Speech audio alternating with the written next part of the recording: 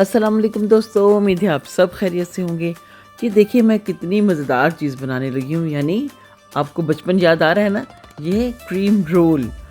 इसके लिए मैंने ये जो सांचे हैं बेक हाउस से मंगाए और उसके बाद ये वो पट्टी है या वो हमारी डो है जो कि हम पेटीज़ बनाने के लिए यूज़ करते हैं।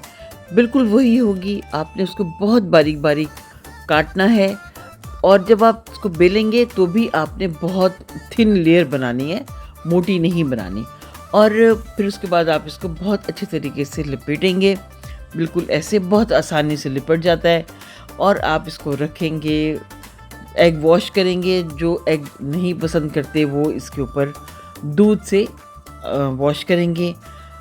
टेम्परेचर आपका बहुत स्लो होना चाहिए क्योंकि जितना स्लो होगा उतना अच्छा क्रिस्प आएगा।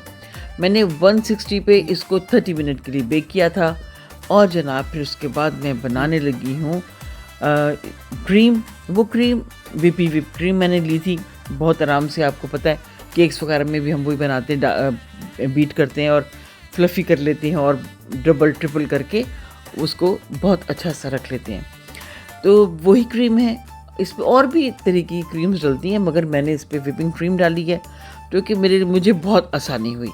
और ये जब हम इसको निकालते हैं ना सांचे से, बहुत आसानी से निकलता है। मुझे यूँ लग रहा था जैसे शायद मुश्किल ना हो, लेकिन ऐसा बिल्कुल नहीं होता।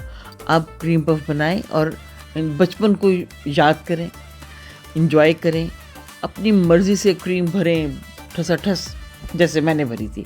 बहुत इंजॉय करेंगे आप इसको बनाते हुए क्योंकि ये बनाना भी आसान है और खाना तो है ही मज़ेदार। आप बनाएं और मुझे ज़रूर बताइएगा कि आपको कैसा लगा बनाकर और खाकर।